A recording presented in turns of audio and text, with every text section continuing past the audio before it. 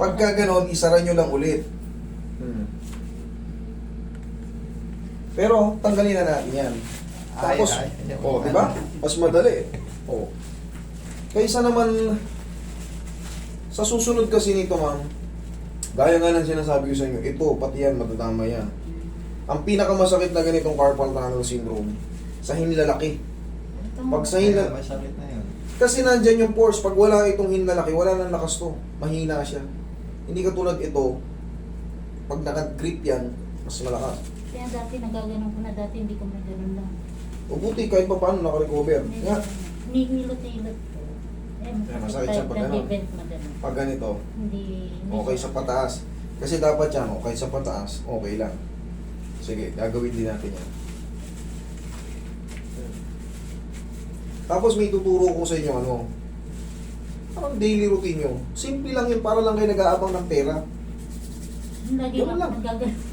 Ganun lang, napapanood nyo naman yan eh. Nakikita ko sa mga YouTube. Tiis lang, medyo masakit nga lang to konti.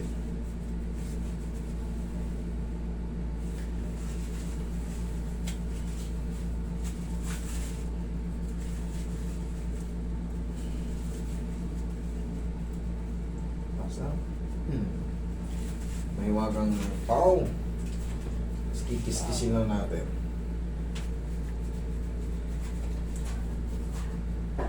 Carpal tunnel syndrome.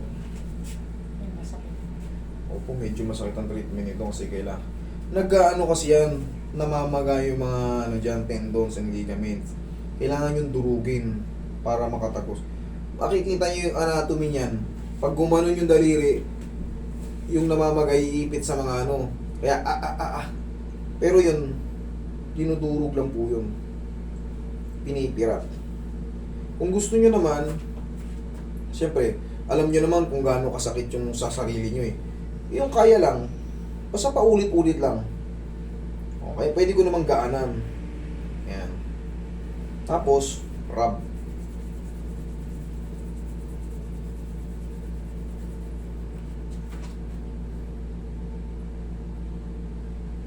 Susunod yan ito. Dati ito eh. Gumaling, lumipat na. Yan dalawang na yan ang madalas. Kita mo, dinanas mo na rin pala. Kaya dito sa kabila. Ano ba yung daily routine mo, ma'am? Ayun, naglalagay-lagay ng may mineral kasi kami. Solution. Tapos nagagawa na yelo. Ayan. Kita nyo? May tindahan. Saktong-sakto. Nababasa, ay napapagod, nababasa. Pagtagal, ayan na. Ayaw nang may sara, ayaw nang may bukas.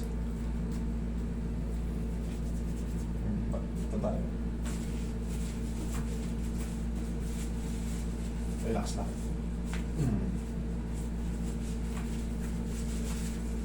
Ito yung pinakamasakit pagka nagkataon. Ayun, sakit. Itong hinlalaki na yan pag nakanapuruhan.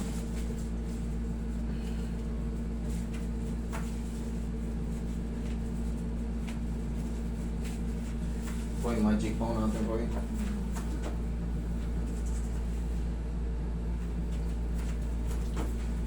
Tapos irarab nyo lang po yan day by day. Tapos mga isang linggo, isang linggo. O ayan, konting-konti na lang yung Tapos tatandaan nyo, parang hindi kayo masaktan. No. Ganun ang technique. Kasi pipilitin yung ibo ka. Sakit yun. Isarado nyo ulit. Natatakot tayo ngayon pa sabi, ikaw na lang. Okay na nyo. Nasaktan ba kayo? Hindi naman. Pero mas maganda kasi pag na-adjust na to tapos alam nyo na yung technique. Kung baga alam nyo na yung gagawin. Kahit hindi nyo na ipa second session yan. O sige, i-rub nyo. Sige. Yan o, pag-gising sa umaga, para kung sakaling sasama kayo, magkaano na naman kayo ng yelo, i-rub nyo yan. Malaking tulong yan, i-rub nyo. Tapos, konting ganito, mami. Yan, laging nga. Ito. Gaganyan.